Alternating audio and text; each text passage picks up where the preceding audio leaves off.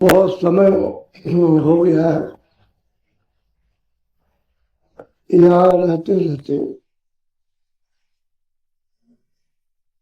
और हम उस प्रभु को भी भूल गए, रास्ते को भी भूल गए। जिस नाम से, जिस शब्द से उतार करके लाए गए थे और दोनों आंखों के मध्य में सूरज को बैठाया था, वो आधार भी टूट गया। जैसे आधार टूटा तो रास्ता भूल गए, क्योंकि जाने आने का एक ही आधार है, वो शब्द है नाम। नाम उसकी आवाज है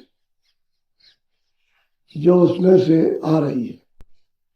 अब वो आवाज भी छूट गई और रास्ता भी छूट गया, और उसके नाम को भी भूल गए, उसके रूप को भी भूल गए, उसके स्थान को भी।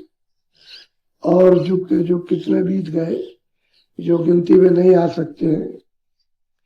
कागज पर तो लिखे नहीं जा सकते, इतना समय हमको यहाँ हो गया। अब कोई राहगीर अगर मिले इस भेद को जानने वाला तो ही काम बनेगा। तो हम लोग संसार में अपनी पूरी शक्ति, इच्छा, भावना, वासना सब लगा करके और इसमें रमते रहते, बस गए। इससे हटने की इच्छा नहीं, और जगह जगह पर आशा बांध रखी, इससे कुछ हो जाएगा, उससे कुछ हो जाएगा, उससे कुछ हो जाएगा। कोई कहता लड़के से कुछ होगा, लड़की से कुछ होगा, देवता से कुछ हो जाएगा, जल से कुछ होगा, पृथ्वी से हो जाएगा, वायु से हो जाएगा, कोई सूरज के लिए, कोई चंद्रमा के लिए। और होना यहाँ किसी के लिए कुछ नहीं, क्योंकि होना होता तो हो गया होता। रास्ता यदि पाना था तो पा गए होते, रास्ता तो आपको मिला नहीं। जब बताने वाला नहीं मिला तो फिर रास्ता कैसे मिलेगा। तो हम अपनी इच्छा को किस किस तरह से बांट करके प्रगाढ़ और इससे प्रेम करने लगे, और ये सब हमको देखते देखते धोखा देते हैं। यानी ऐसा कोई नहीं फिर अब रोता है कि हमने झूठा प्रेम किया। जब वक्त निकल जाएगा, समय ऐसा आता है कि सब धोखा देके तो कहते हैं अब तो हमारा सब समय खो गया, अब हम क्या करें। तो उस समय वो कुछ नहीं कर सकता, जैसे हो जाता है, बीमार हो जाता है, किसी आफत में फंस गया, तो वही है कि अब क्या करें। और महात्मा पहले से कहते हैं, अरे भाई जगो जगो जगो, जाग जाओ, जो कहा जाए उसको सुनो, और जो बताया जाए उसको करो, थोड़ा सा कर लो, तो अपने वापिस से खोया रास्ता तो मिल जाए, खोया आधार तो मिल जाए। नाम को तो पकड़ लो, और नाम तो समझते नहीं। नाम तो जो जिव्या से बोलते हो समझते हो ये नाम है। ये तो कोई भी नाम रोज ही बोलते रहते हो, किसी का भी नाम बोलो, ईंट पत्थर को कहो, इसको कहो, उसको कहो, वो तो कल्पना रोज होती रहती बाणी की। लेकिन वो नाम जो आवाज देता, जो लेकर के आया है, लेके जाएगा, वो देगा। और उस नाम के बगैर चढ़ाई हो नहीं सकती, और उस नाम के बगैर जाग नहीं सकते हो। योग पथ को, ज्ञान पथ को, और प्रेम को, और आनंद को, और शक्ति को, यानी आप बगैर नाम के नहीं पा सकते। तो वो तो आपसे छूट गया, तो अब वेद ही मिलेगा तभी कुछ होगा। तो थोड़ा सा आप सुनिए कि प्रेमी किस तरह से अपनी याचना, अपनी पुकार, प्रार्थना करते, किसके पास, गुरु के पास। जब उनको पता चल जाता है कि सब कुछ दे सकते हैं, सब कुछ है इनके पास, तब वो प्रार्थना करता है कि हमारी फरियाद, गुहार मारता है जोर से अंदर बाहर एक रस, फिर उसकी चीख होती है। तो जरा उसको आप सुनिए। और फिर ये वो जो दया करते हैं, कितनी अद्भुत दया, लिखने पढ़ने कहने में नहीं आ सकती, फिर उनकी दया होती है। बोलो। अब मैं कौन,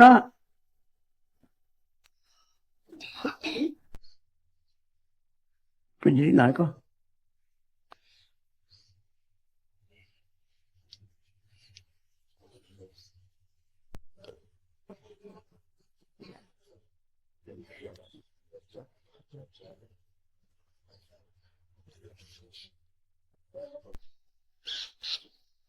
चलो। अब मैं कौन कुमति उलझानी, देश पराया भई हूँ बेगानी। कहते हैं कि अब मैं किस है कुमत में, सुमत तो है नहीं, कुमत है। कहते हैं जो उलझ गई और वे पराये देश में आई और बर्बाद हो गई। अब कहीं हमको सहारा नहीं मिलता। क्या मेरे ऊपर वर्षा कुमत की हुई? कौन ऐसे कर्म बन गए, ऐसे शरीर में आए कि भाग साथ नहीं देता और पराये देश में आए। पराये देश का मतलब अपना देश छूट गया, अपना जो सच्चा मालिक था वो तो छूट गया और यहाँ आकर के हम बर्बाद हो गए और वो हमको मिल नहीं रहा। किसी भी जीवन में नहीं मिलता। कोई कहता है स्वर्ग मिल जाएगा, कोई कहता है बैकुंठ मिल जाएगा, कोई कुछ कहता है, कोई कुछ है, ये सब मिल जाएगा तुमको, राज मिलेगा, पाठ मिलेगा तुमको, बच्चे मिल जाएंगे, ये धन दौलत मिलेगा, ये तब लोग कोई कुछ पुकारते हैं, लेकिन कहते हैं पराये देश में बर्बाद हो गए, कुछ नहीं मिलाया, कुछ नहीं। पराये देश में तो आराम है नहीं। अब पराये देश का काम करो, मेहनत करते रहो, हक में कुछ नहीं। जो भी मेहनत करोगे सब छूट जाएगा। जो कुछ आपने इस बर्तन में भरा भोगना पड़ेगा। वो ये जाएगा और दूसरा बर्तन मिलेगा, उसमें बंद किया तो भोगना होगा, क्योंकि बर्तन तो ये भी गंदा हो गया और वो भी गंदा होगा, दोनों के दोनों। तो ऐसी कुमत सुमत तो मिली नहीं और कुमत में आके उलझ गए, रास्ता मिलता नहीं है और पराये देश में पड़े। तो ये तो लोग पराया देश, अपना देश नहीं। अपने देश में तो जो रूह है, जो सुरते जीव आत्माएं रहती हैं, वो तो मतलब ये सब की सब हमारा देश। वहां न कभी मरना होता है, न ये शरीर है, न पांच तत्वों का है, न वो लिंग शरीर है, न सूक्ष्म शरीर, न वो कारण शरीर है। कहते अपने यहाँ तो सब मौत काल, ये है ही नहीं सब कुछ। तो अपना देश छोड़ करके आए हो, सबसे बराबर बर्बाद हो गए, वैसे हो लग जाकर, और अपना है कौन? लेकिन आप जब कुमत में आ गए तो अपना समझते हो, अंत में बस वो कुमत में ही फिर धोखा हो जाता है, फिर उसी कुमत में रोते रहते हो। अब क्या किया जाए, बोलो। अब की बार मोइले वसुधारी, मैं चरणन पर निस दिन और गुरु से प्रार्थना करती है कि अब की बार, यानी इसी देह शरीर में, अब की बार का मतलब इस शरीर में, कहते हैं उबार लो, छुड़ा लो, छुटकारा करा दो। आपकी दया और कृपा आपकी हो जाए तो इसी शरीर से काम हो जाए। अब की बार इसी शरीर से, कहते हैं दोबारा नहीं, अब की बार काम कर लीजिए, ऐसी दया और मेहर कीजिए। तो प्रार्थना शुरू कर दी उसकी कि मैं उलझ गई परदेश में आकर के, अब कोई मुझे सहारा देने वाला नहीं है, और हमने सुना है कि आपके पास में सब कुछ है और आप दया कर सकते हैं। पुकार करने लगे कि अब की बार उबार दीजिए, हम तो आपके चरणों में आ गए, गिर गया कि हमको तो कुछ नहीं चाहिए। अब हमने समझ लिया कि यहाँ कुछ है नहीं है, कोई अपना नहीं, हम किसी के नहीं है, न वो हमारे साथ जाएगा न हम जाएंगे। तो अब किसी तरह से दया के बाद कृपा करो, और शरण में गिर गया कर आप जो कहोगे हम सब करने को तैयार। बोलो। राम पछताई जुरू मन अपने, कैसे लगूं मैं संग पिया अपने। कहते हैं कि भाई मैं बहुत जुड़ता हूँ, यानी बहुत अफसोस करता हूँ और बड़ी वेदना होती है, पछताता हूँ कि मैं अपने पिया के साथ कैसे रहूंगा, मालिक को कैसे पाऊंगा, कैसे देखूंगा, कैसे उसके पास पहुंचूंगा। अब वो छूटती है और रोती चिल्लाती है, फिर कहते मैं आपके शरण में पड़ गया हूँ, तो कृपा कर लीजिए, दया कर। पुकार तो बते अब यह है कि असहाय पुकार करें कि मैं कुछ नहीं कर सकता, आप दया करो। हम शरण में पड़ गए, तो जो शरण में पड़ेगा वो तो छोटा होगा। शरण में पड़ने वाला तो कुछ नहीं है, जो शरण में पड़ गया जो कहेंगे वो करो, जो वो कहे वो करेगा वो। तो मैं जुड़ता हूँ, पछताता हूँ और झीकता हूँ कि कैसे पिया से मिलेगी। और पिया तो परदेश में, हम तो दूसरे देश में, और पिया अपने देश में। बोलो। मैं धरती पिया बसे कासा, बिन पाए पिया रहूं उदास। कहते हैं कि भाई मैं तो यहाँ धरती पे रहता हूँ, इस मनुष्य रूपी तन में, और पिया रहते हैं आकाश में।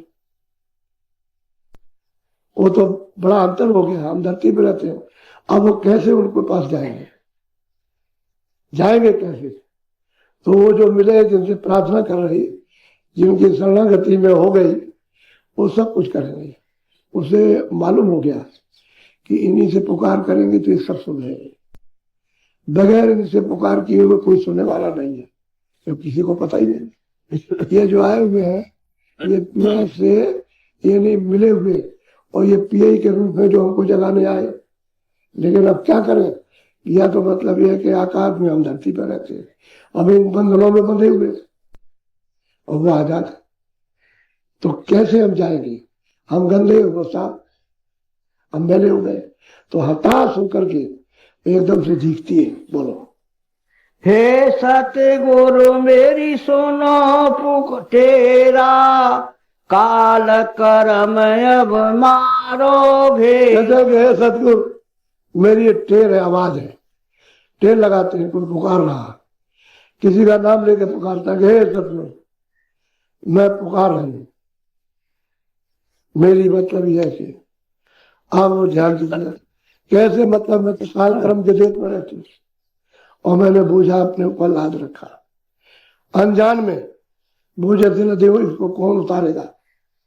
तो टेर लगाती है कि बोझे को उतार दीजिए, और दया कर दीजिए, शरणागति में आ गए, और बिना आपकी कृपा के, मदद के, हम कुछ नहीं कर सकते। इस तरह से चिल्लाती है, रोती है मनुष्य रूपी मंदिर में, कि हमको कर्मों से कैसे कौन छुड़ाएगा। बोलो। दीन दुखी होई करत पुकारी, सुन स्वामी यह विनती हमारी। स्वामी हमारी ये विनती है कि हम तो दीन और दुखी हैं, बहुत छोटे हैं, हम कुछ नहीं कर सकते। हम इतने दुखी हैं, जब तक पिया नहीं मिलेगा तब तक हमको चैन कहाँ? चैन अमन नहीं कुछ है। चैन कोई बच्चे पाकर, राज पाकर कोई चैन अमन नहीं, हमको तो प्रीतम चाहिए। तो ये पुकार सतगुरु से लगाती है कि कृपा करो, दया करो, और दीन को भी जो मांग रहा, टेर कर पुकार लगा रहा, इसकी दर्द भरी आवाज को सुन लीजिए। अच्छा, ये भी मालूम हो गया कि मैं कहीं भी चिल्लाऊंगा तो ये सुनेंगे, मेरी दुखी आवाज को ये सुन लेंगे, और कृपा जरूर करेंगे, देर अबेर कुछ भी हो जाए। बोलो। तुम तो दयाल सबको दियो दाना, मैं ही अभागिन भई दुख खा। कहते हैं कि मैं तो बड़ी दुख की खानू, अभागिन हूं, और आपने तो बहुतों को दान दिया, मालिक पिया से मिला दिया। हमने सुना है कि आपने बहुतों को मिलाया, और मैं अभागिन हूं। पता नहीं कौन से ऐसे कर्म है कि मुझ में देर लग रही है। किसी योग तो होंगे। तो टेर लगाती है आवाज के मालिक की, तो सुन लीजिए। दर्द भरी आवाज, बहुत। जब रोते हैं तो कपड़ा पानी टोटी से क्या भीगता, कुछ नहीं, कपड़े ये सब भीग जाते हैं, रोते रोते आंसुओं की धारा बहती है, इस तरह से रोते हैं। मैंने तो महात्माओं के पास जाकर के ये देखा, बहुत रोते। बोलो। क्या कहूँ अब मैं अपनी पीर की, जस कोई छेदत भाल। और वो सूरत कहती है तन रूपी मंदिर में कि मैं अपने दर्द को क्या किसको बताऊं, कौन मेरे दर्द को सुनेगा? जैसे भाले चुभ रहे, ऐसा दर्द हो रहा, और सुनने वाला सुने देगा। देर अबेर तो कुछ भी हो सकती है, लेकिन जो सुन रहा है इस आवाज को, ये तो आत्म देख रहा है। ये सूरत की पीड़ा है दीदार और दर्शन के लिए, तो कभी न कभी उस महापुरुष की महर हो ही जाएगी। बोलो। तब स्वामी ने दियो दिलासा, प्रेम पंख ले उड़ो उन्होंने फिर कहा कि अरे सूरत क्यों घबराती है, प्रेम कर ले प्रेम, और पंख लगा उससे उड़ चले। प्रेम पंख उड़ चलो आकाश, वो आकाश में रहते, ये तो धरती है, लेकिन तुम उड़ोगे कैसे? प्रेम, प्रेम से प्रकट होए मैं जाना। प्रेम है कैसे? कहते हैं तुम उससे प्रेम महापुरुष से कर लो, वो जो आया हुआ है उससे प्रेम कर लो और पंख लगाओ, वो चलेंगे, वो तो उड़ा देगा, वो पकड़ेगा पूरा तो उड़ा देगा। ऐसे सूरत इस पिंजरे को छोड़ देती है, जैसे पंछी घोंसले में बैठा हुआ और जैसे ही सवेरा हुआ सब छोड़ जाता है, इसी तरह से सूरत मनुष्य रूपी पिंजरे से सर से उड़ जाती है। लेकिन प्रेम होना चाहिए, और प्रेम किससे करेंगे? जो बताने, जो ले जाने के लिए आया उससे प्रेम कर दे, तब वो उससे जुड़ेगा, नाम से वो जोड़ देंगे और जोड़ करके उड़ा देंगे। नाम जहाज बैठा कर और फिर पार करेंगे। कहते प्रेम पंख, इसको उससे लो, चलो तुम अपने देश में उड़ चलो, और दिलासा दिया कि घबरा मत, उड़ जाएगी, पहुंच जाएगी। बोलो दया हुई अब मिली पिया से, हरी पीर दुख दुख। अब वही सूरत कहती है कि ऐसी कृपा सतगुरु की, गुरु की हो गई, दया हो गई कि पिया से मिला दिया, सारा दर्द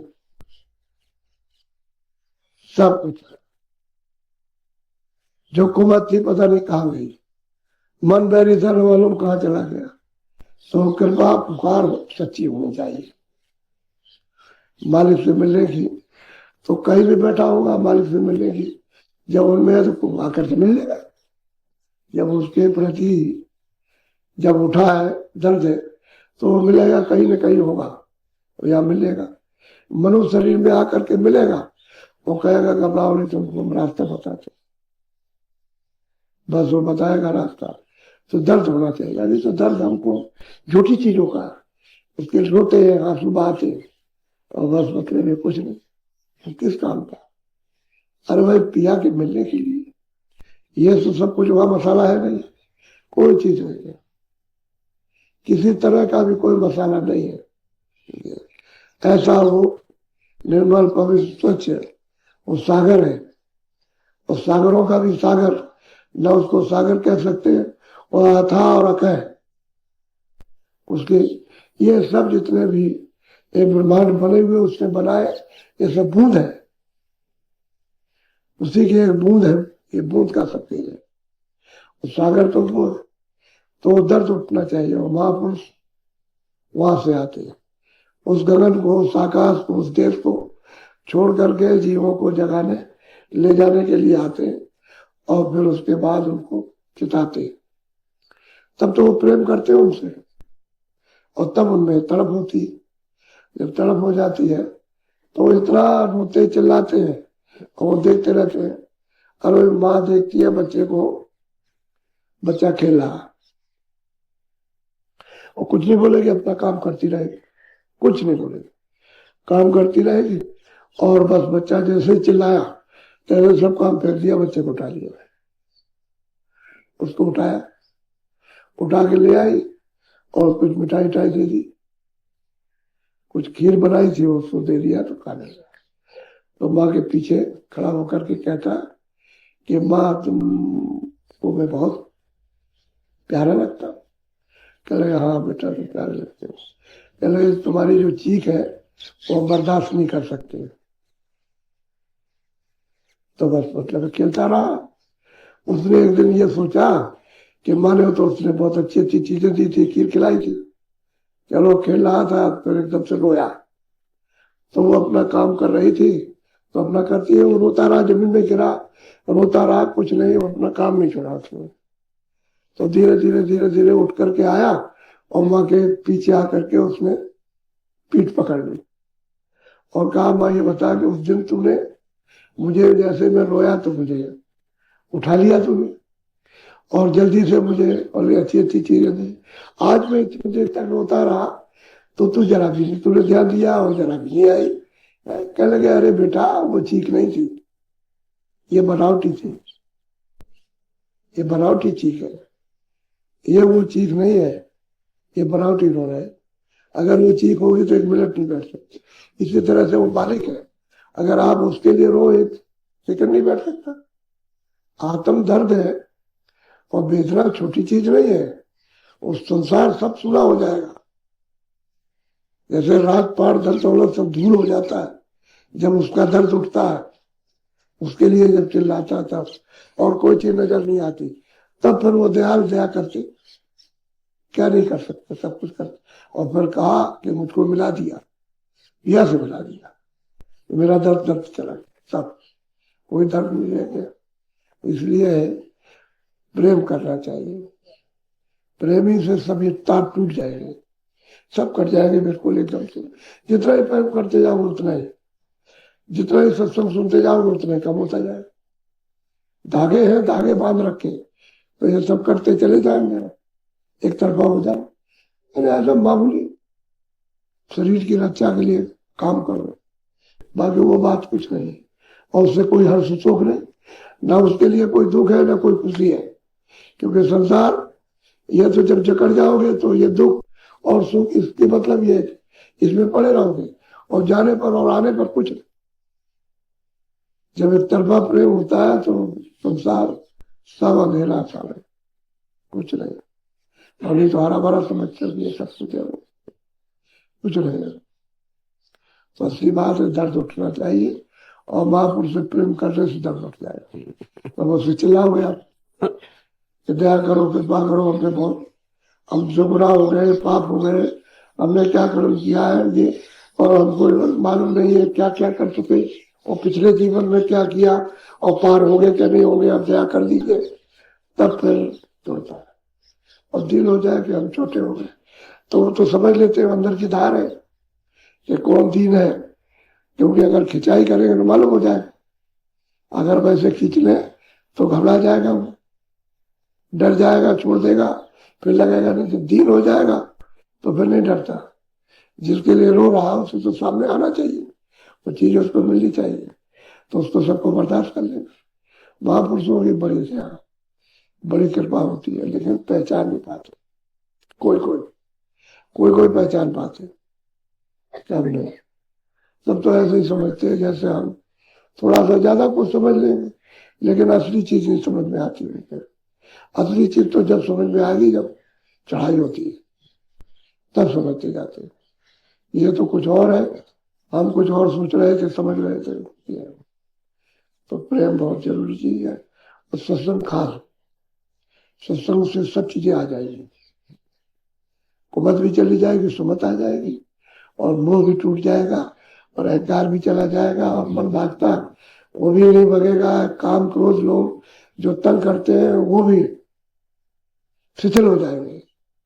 और जब अंदर में पीने लगेगा तो सुधा विष्णुमयी दो दलमाई, अमृत की वृष्टि होती है, तो कहते हैं कि ये जितने भी राक्षस है सब मूर्छित हो जाते, एकदम सो जाते। ये बाल कपिल चढ़ रहा है, फिर ये उठ के उस तरह से नहीं है, काम लो इनसे तो खत्म, बस में होते। और नहीं तो ये घसीटे संसार के चक्कर में लिए फिरते, कभी काम पटे देगा, कभी क्रोध पटेगा, कभी लोभ, और कभी मोह पटकेगा, कभी अहंकार पटक देगा। वो ये करते रहते और पिकल किए हुए, क्योंकि ये घर में घुसे हुए और वो सुमत नहीं आती है। शील क्षमा संतोष विनय विवेक ये तो अंदर है ही नहीं, इन्होंने निकाल के उनको बाहर कर दिया। और सत्संग से जब शील क्षमा संतोष विनय विवेक आ जाएगा तो ये भाग जाएंगे। तो महात्मा की दया से ही सब होता है, लेकिन है सत्संग सेवा हो गया, ये तीनों चीजों से सब बुरा आ जाएंगे और सब दुर्मल चले जाएंगे। और ये नहीं है सत्संग नहीं मिलेगा कुछ नहीं आता, ऐसे जंगल में घूमते रहोगे, अंधेरे में भटकते रहोगे और कहीं भी टिकने का कोई सहारा नहीं। तो सीधी साधी बात को समझो। अच्छा, बोलो जय गुरुदेव। चलो अब थोड़ा भजन पे बैठ जाओ, कपड़ा डाल लो, आंख और कान बंद करना, ऊपर को ध्यान दे के सुनो, मन को रोकना।